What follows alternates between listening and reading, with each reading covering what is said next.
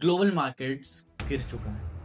पूरी दुनिया पर आज 315 ट्रिलियन डॉलर्स का डेट यानी कर्जा है।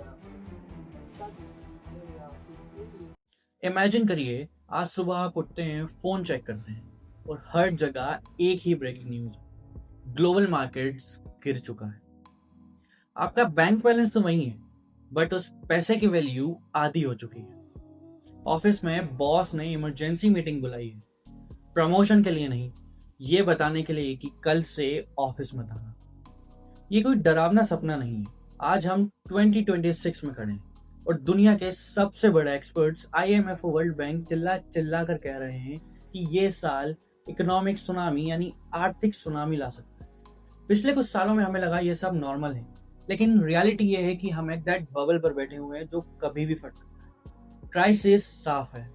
आज के वीडियो में मैं आपको प्रूफ के साथ दिखाऊंगा कि 2026 का क्राइसिस आपकी पॉकेट पर क्या असर करेगा और इस टफ सिचुएशन में आप अपने पॉकेट और फाइनेंसेस को कैसे सेफ रख सकते हैं। सबसे पहले डाटा देखते हैं।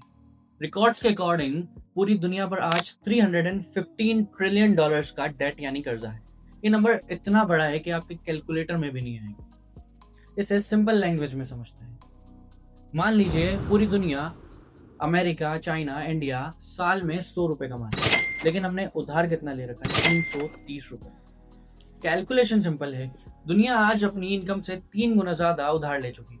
अब आप ही बताएं, अगर कोई नॉर्मल पर्सन अपनी सैलरी से 3 गुना ज्यादा उधार ले ले और बैंक उसका इंटरेस्ट बढ़ा दे तो उसका क्या हाल होगा। आज यही हाल अमेरिका जैसे रिच कंट्रीज का है।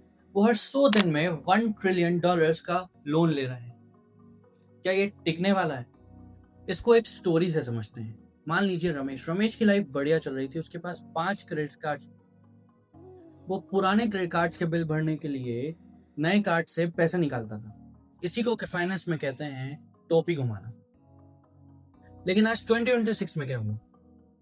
महंगाई को रोकने के लिए बैंक्स ने इंटरेस्ट रेट बढ़ा दिए और रमेश को बोला, भाई अब नए लोन्स नहीं होंगे। और यही हाल आज वर्ल्ड की गवर्नमेंट्स का है। इसका प्रूफ चाहिए। यूएन की रिपोर्ट्स कहती है कि वर्ल्ड की 3.3 बिलियन लोग ऐसे देशों में रहते हैं जहां गवर्नमेंट स्कूल्स और हॉस्पिटल से ज्यादा पैसा लोन के इंटरेस्ट को भरने में लगा रही है। जब गवर्नमेंट्स सारा पैसा बैंक को दे देगी तो रोड्स और इलेक्ट्रिसिटी के लिए पैसा कहां से आएगा? इसलिए आज कई देशों में लोग सड़कों पर उतर आए हैं और डर यह है कि ये आग अब बड़े देशों तक पहुंचेगी। अब आप ये बोलोगे, यार अमेरिका डूबे या अफ्रीका, मुझे क्या, मैं तो इंडिया के छोटे शहर में हूँ, सेफ हूँ। यही आपकी सबसे बड़ी गलतफहमी है। आज की इकोनॉमी मकड़ी के जाले यानी स्पाइडर के वेब की तरह कनेक्टेड है। ये क्राइसिस आपके घर के दरवाजे पर 3 तरह से नॉक करेगा। First is your job. अगर अमेरिका या यूरोप में रिसेशन आता है यानी मंदी आती है तो वहां कंपनियां अपना खर्चा कम करेंगी।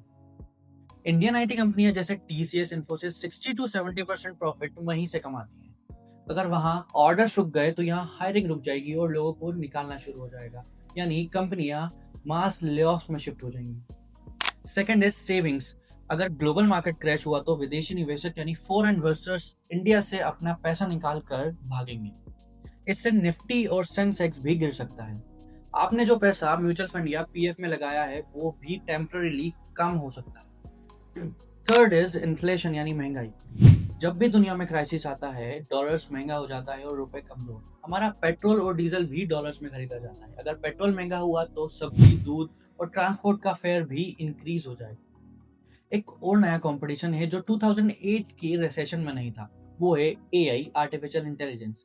कंपनीज पर वैसे ही डेट का बर्डन है। इस रिसेशन में वो खर्चा कम करना चाहेंगे। वो सोचेंगे इंसान महंगा पड़ता है इसलिए AI सॉफ्टवेयर ले लेते हैं। Globally, either jobs enhanced or eliminated or transformed significantly. In the advanced economies, this percentage also.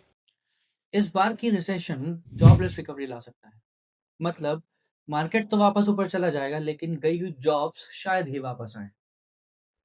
डर गए? घबराना नहीं है। डर से घर नहीं चलता, प्लानिंग से चलता है। अगर तूफान आना है तो हम अपना घर मजबूत करेंगे। So these are the 4 steps you can take.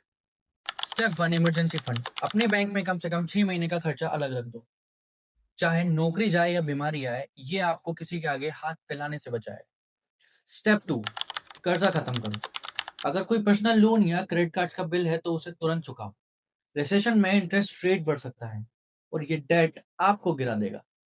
Third step is gold, यानी सारा पैसा शेयर मार्केट में मत रखो, थोड़ा गोल्ड में भी इन्वेस्ट किया जा सकता है। इतिहास गवाह है, जब भी वर्ल्ड पे क्राइसिस आया है, गोल्ड हमेशा सेफ रहा है और उसका प्राइस भी इंक्रीज होता है।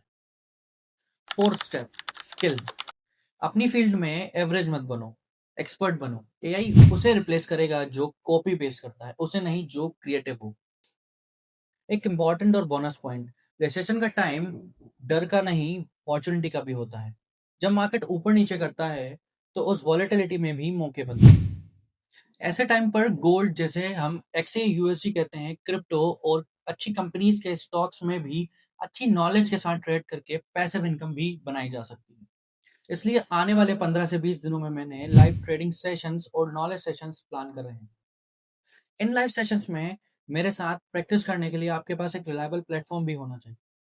इसलिए मैंने डिस्क्रिप्शन में और बायो में कुछ प्लेटफॉर्म मेंशन किए हैं जो मैं पर्सनली भी यूज करता हूँ।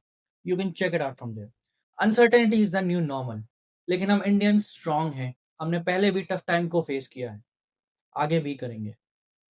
अगर ये वीडियो काम का लगा, then do share with your friends and family. And if you are ready for the live trading sessions and knowledge sessions, then do comment down below. I am ready. See you in the next video. Till then, be smart, be wise, and stay tuned with Nine Wise.